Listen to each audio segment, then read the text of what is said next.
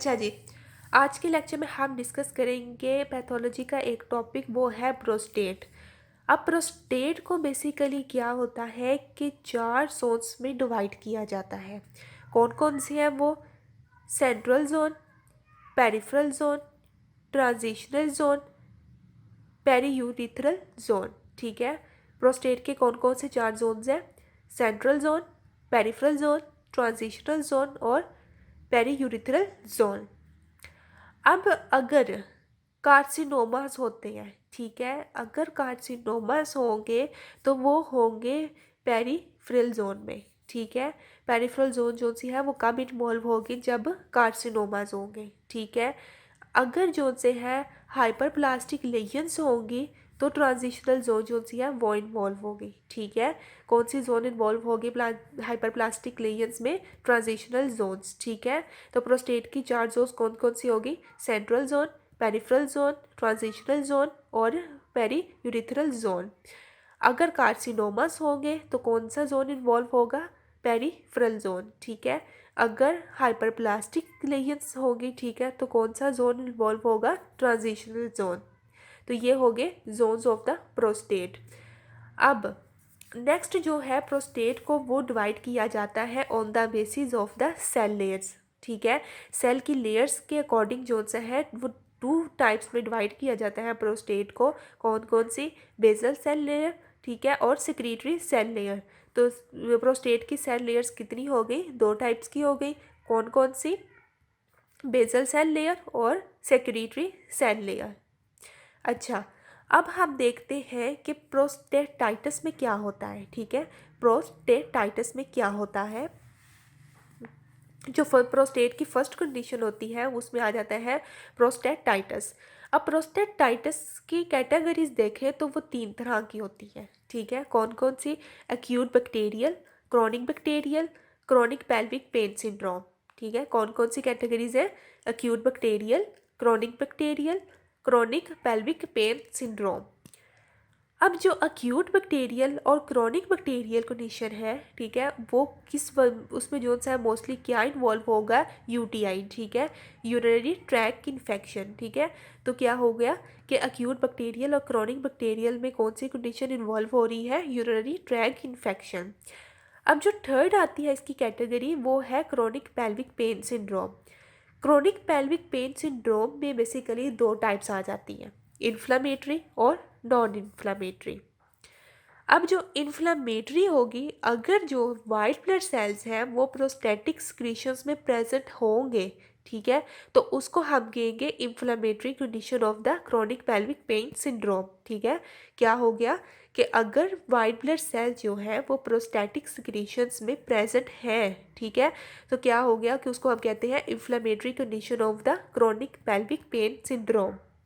अगर white blood cell जो है वो प्रोस्टेटिक सिक्रीशंस में प्रेजेंट नहीं है, ठीक है, तो उसको हम कहेंगे non inflammatory condition of the chronic pelvic pain syndrome. ठीक है, तो क्रॉनिक पेल्विक पेन सिंड्रोम की कौन कौन सी 2 कंडीशंस आती हैं? इन्फ्लामेटरी और non inflammatory.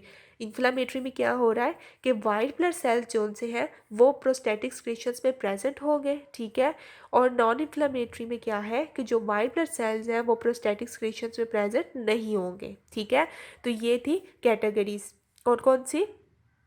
Acute bacterial, chronic bacterial और chronic pelvic pain syndrome. Acute bacterial में क्या है और क्रॉनिक बैक्टीरियल में क्या आ रहा है? Urinary track infection. ठीक है, और क्रॉनिक पेल्विक पेन सिंड्रोम में आ रहा है इन्फ्लामेशन और नॉन इन्फ्लामेटरी। इन्फ्लामेटरी में वाइट ब्लड सेल जो है वो सिक्रीशन में प्रेजेंट होंगे और नॉन इन्फ्लामेटरी में क्या है कि वाइट ब्लड सेल जो है वो प्रेजेंट नहीं होंगे। ठीक है, अच्छा, अब इस कंडीशन में, ठीक है, ये जो प्रोस्टेटाइटिस जो सी कंडीशन है, ठीक है, इसके अंदर जो बायोप्सी होगी वो कॉन्ट्रा इंडिकेटेड होती है। ठीक है, क्या होगा कि प्रोस्टेटाइटिस में क्या होता है कि बायोप्सी जो है वो कॉन्ट्रा इंडिकेटेड होती है। क्यों? क्योंकि वो सेप्सिस कॉज कर देगा। ठीक है, इसलिए जो है प्रोस्टेटाइटिस में बायोप्सी नहीं करवाते। ठीक है, ये कॉन्ट्रा इंडिकेटेड होती है क्योंकि ये सेप्सिस कॉज कर देते हैं। नेक्स्ट आ जाता है ग्रैनुलोमाटोस प्रोस्टेटाइटिस। ठीक है, ग्रैनुलोमाटोस प्रोस्टेटाइटिस बेसिकली कॉज्ड होता है बाय द बीसीजी, ठीक है। अब बीसीजी क्या होता है कि ब्लैडर कैंसर के ट्रीटमेंट के लिए मतलब कि एक चीज़ यूज़ होती है, ठीक है। एक कह लें कि कोई वैक्सीन टाइप यूज़ होती है, ठीक है, उसको हम कहते हैं बीसीजी।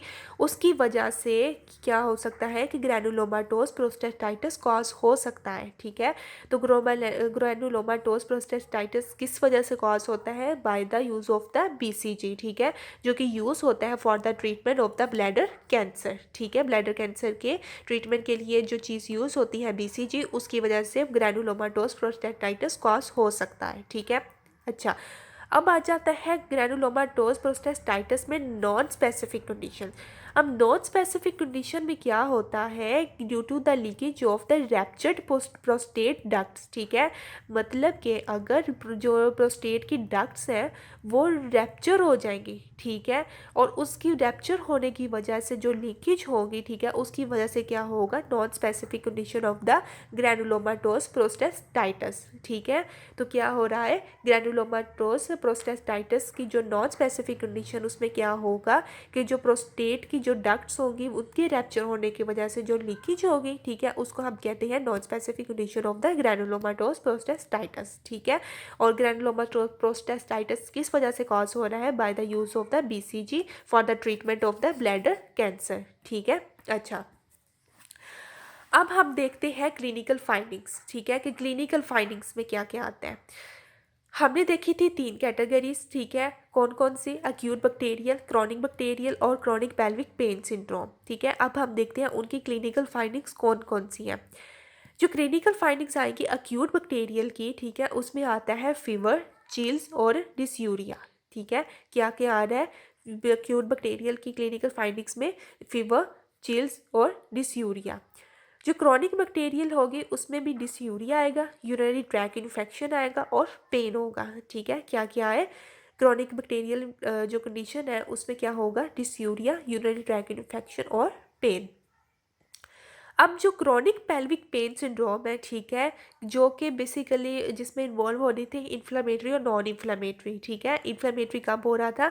जब वाइट ब्लड सेल जो से है वो प्रोस्टेटिक सिक्रीशन में प्रेजेंट होंगे, तब हम कह रहे थे कि वो है inflammatory condition of the chronic pelvic pain syndrome, ठीक है। और नॉन इन्फ्लामेटरी कब थी? कि जब वाइट ब्लड सेल जो से है वो प्रेजेंट नहीं थे प्रोस्टेटिक कंडीशन में, सिक्रीशन में, ठीक है। तो उसमें हम कह रहे थे कि ये क्रॉनिक पेल्विक पेन सिंड्रोम है। अब क्रॉनिक पेल्विक पेन सिंड्रोम की जो क्लिनिकल फाइंडिंग्स आती है उसमें आता है पेन इन इजैकुलेशन, ठीक है। जब इजैकुलेशन होगी तो उसकी में क्या होगा कि पेन होगी, ठीक है, और उसको हम कहेंगे ये क्लिनिकल फाइंडिंग है किसकी? क्रॉनिक पेल्विक पेन सिंड्रोम, ठीक है। तो क्या क्या हमने देखी 3 कैटेगरीज की क्लिनिकल फाइंडिंग्स। एक्यूट बैक्टीरियल की क्या है? फीवर, चिल्स और डिस्यूरिया। क्रॉनिक बैक्टीरियल की क्या है? डिस्यूरिया, यूरिनरी ट्रैक इन्फेक्शन और पेन। और इसके अलावा जो थर्ड है उसमें क्या आ रहा है? क्रॉनिक पेल्विक पेन सिंड्रोम, और उसमें क्या होगा कि पेन इन इजैकुलेशन, ठीक है। तो ये था प्रोस्टेट, और उसकी नेक्स्ट फर्दर जो कंडीशन आ रही थी वो क्या थी? प्रोस्टेटाइटिस, ठीक है।